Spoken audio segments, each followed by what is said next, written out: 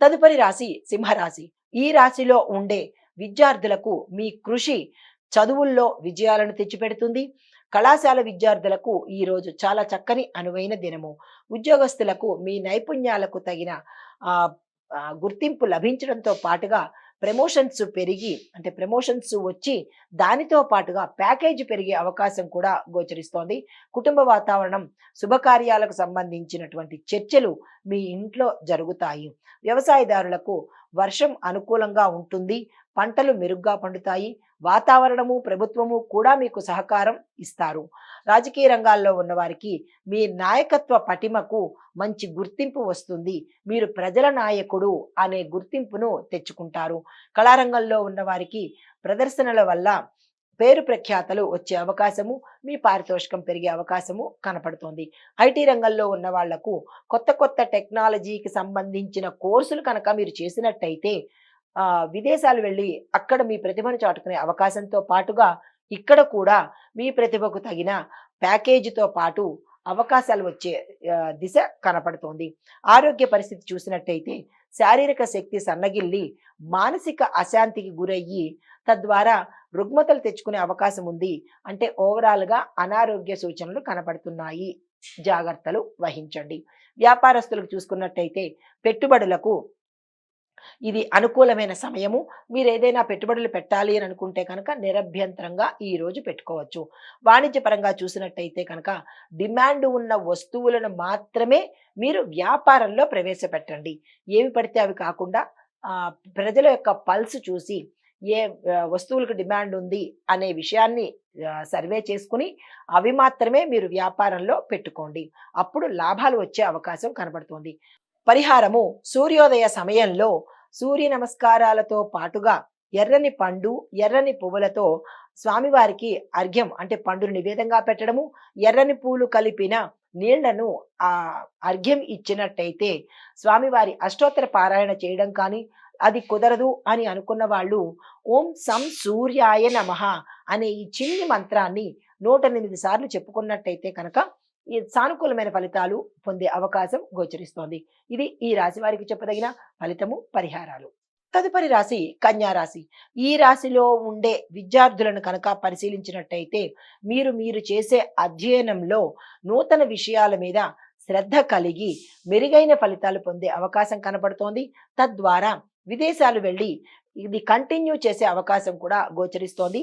చాలా శ్రద్ధ పెట్టి ఇట్లాంటివి చేసుకోండి. ఉద్యోగస్తులకు మంచి పేరు ప్రఖ్యాతలు, మీ నైపుణ్యానికి తగ్గట్టు ప్యాకేజీ పెరగడము, కేడర్ కూడా మారే అవకాశం గోచరిస్తోంది. కుటుంబంలో చిన్న చిన్న సమస్యలకు పరిష్కార మార్గాలు దొరుకుతాయి. కీలకమైన అంశం మీద చర్చలు చేస్తారు. శుభవార్తలు వింటారు. వాహన యోగం కనబడుతోంది. స్త్రీలకు మంచి గుర్తింపు వచ్చే అవకాశం కూడా గోచరిస్తోంది. వ్యవసాయదారులకు పంటలు అనుకూలంగా ఉండి మార్కెట్లో మీ యొక్క పంటకు మంచి రేటు వచ్చే అవకాశం గోచరిస్తోంది.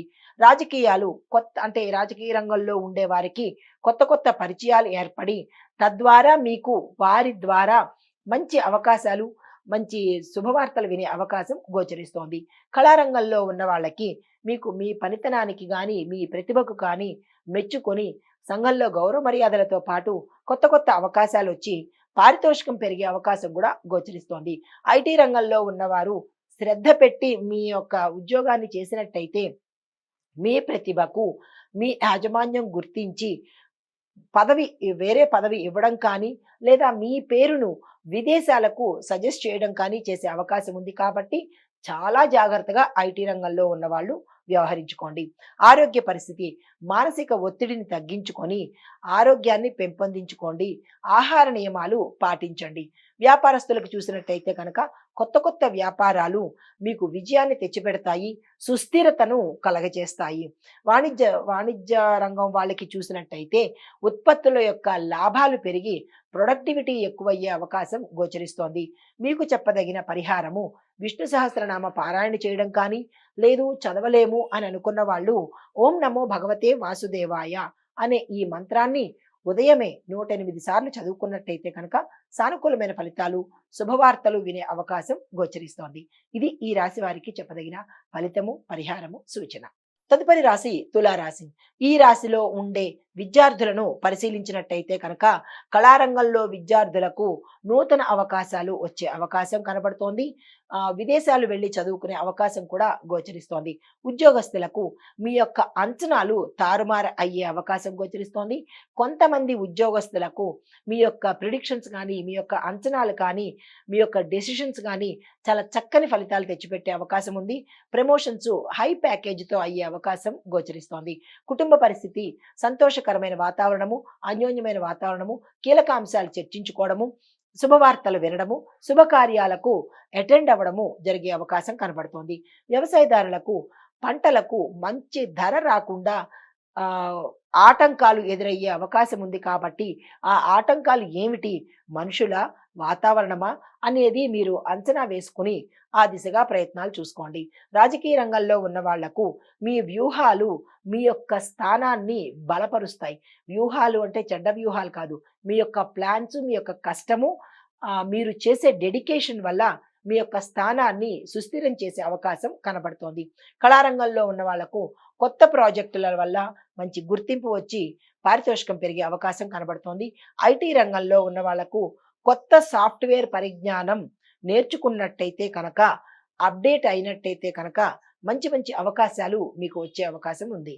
ఆరోగ్య పరిస్థితి చూసినట్టయితే సాధారణమైన ఆరోగ్యంతో పాటు కొంతమందికి తీవ్రమైన అనారోగ్యం కలిగే అవకాశము, జీర్ణ వ్యవస్థకు సంబంధించి, హృదయానికి సంబంధించినటువంటి ప్రమాదాలు జరిగే అవకాశం గోచరిస్తోంది. జాగ్రత్తలు తీసుకోండి. వ్యాపారస్తులకు చూసినట్టయితే పెట్టుబడులు అనుకూలంగా ఉంటాయి కాబట్టి, లాభాలు ఇస్తాయి కాబట్టి ఈరోజు పెట్టుబడులు విస్తారంగా పెట్టుకోండి. వాణిజ్య రంగంలో ఉన్న వాళ్లకు కొత్త మార్కెట్లను అన్వేషించండి.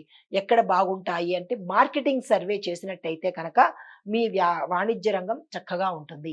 మీకు చెప్పదగిన పరిహారము, శుక్రవారం నాడు కానీ, గురువారం నాడు కానీ మహాలక్ష్మి అమ్మవారికి కుంకుమ పూజ చేయించుకున్నట్టయితే చాలా మంచి ఫలితాలను పొందే అవకాశము, శుభవార్తలు వినే అవకాశము, ఆర్థిక పరంగా మీకు బ్లాకేజెస్ ఏమైనా ఉంటే కనుక అవి తీరిపోయే అవకాశం గోచరిస్తోంది. ఈ పరిహారాలను పాటించుకోండి. నమస్తే. తదుపరి రాశి వృశ్చిక రాశి. ఈ రాశిలో ఉండే విద్యార్థులు సైన్స్ మరియు టెక్నాలజీ రంగంలో ఉన్న వారికి మంచి మంచి అవకాశాలతో పాటు విదేశాలు వెళ్ళి అక్కడ స్థిరపడే అవకాశం గోచరిస్తోంది. ఉద్యోగస్తులకు కొత్త బాధ్యతలతో ముందుకు సాగే ప్రయత్నం చేస్తారు. మంచి శుభవార్తలు వింటారు. మీ ప్యాకేజ్ పెరుగుతుంది. మీ క్యాడర్ కూడా పెరిగే అవకాశము, ఇంటర్నల్ ట్రాన్స్ఫర్స్ జరిగే అవకాశం కూడా కనిపిస్తోంది. వ్యవసాయదారులకు చూసినట్టయితే కనుక మీరు సాగు చేసే పద్ధతుల్లో కొత్త కొత్త మార్పులు చేస్తేనే లాభాలు వస్తాయి. పాత పద్ధతిలో, మోస పద్ధతిలో కనుక మీరు వ్యవసాయం చేసినట్టయితే కనుక అంతగా లాభాలు రావు. ఏదో నడుస్తుందనంటే నడుస్తున్నట్టుగా ఉంటుందన్నమాట. కాబట్టి కొత్త టెక్నాలజీని యూజ్ చేసుకోండి. రాజకీయ రంగంలో ఉన్న వారికి మీకు గట్టి మద్దతుదారులు దొరుకుతారు. ప్రజల మన్నన పొందుతారు. అధిష్టానం నుంచి గౌరవ మర్యాదలు పొందుతారు. కళారంగంలో ఉన్న వారికి కొత్త కొత్త ఆహ్వానాలు అందుకుంటారు. మీ పేరు ప్రఖ్యాతలు ఇనుమడింపజేస్తాయి. ఐటీ రంగంలో ఉన్నవారు డిజిటల్ మార్కెటింగ్ లేదా డేటా సెగ్మెంట్లో చురుకుగా మీ పాత్రను పోషించినట్టయితే మంచి ఫలితాలు, పెద్ద పెద్ద కంపెనీల్లోకి మీకు ఆఫర్స్ రావడము జరిగే అవకాశం కనబడుతోంది.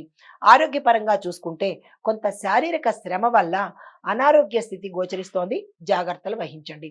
వ్యాపారస్తులకు కొత్త భాగస్వామి వ్యాపారాలు లాభాలు తెచ్చిపెడతాయి కాబట్టి ఈ రోజు భాగస్వామి ఒప్పందాల మీద మీరు అగ్రిమెంట్ల మీద సంతకాలు చేసి ఆ ఒప్పందాలు కుదుర్చుకున్నట్టయితే ఉత్తరోత్తర భవిష్యత్తులో లాభాలు వచ్చే అవకాశం కనపడుతోంది. వాణిజ్యపరంగా చూసినట్టయితే రుణ సమస్యలు త్వరగా తీరిపోతాయి. ఆ లాభాలు వచ్చే అవకాశం ఉంది. మీ వాణిజ్య సంస్థను విస్తరించే అవకాశం కూడా ఈ రోజు గోచరిస్తోంది.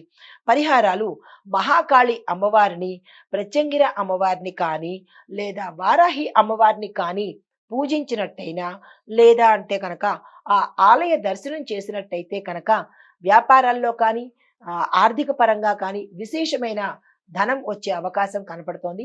ఆరోగ్యం కూడా మెరుగవుతుంది. ఈ పరిహారాలను పాటించుకోండి. లాభాలను పొందండి.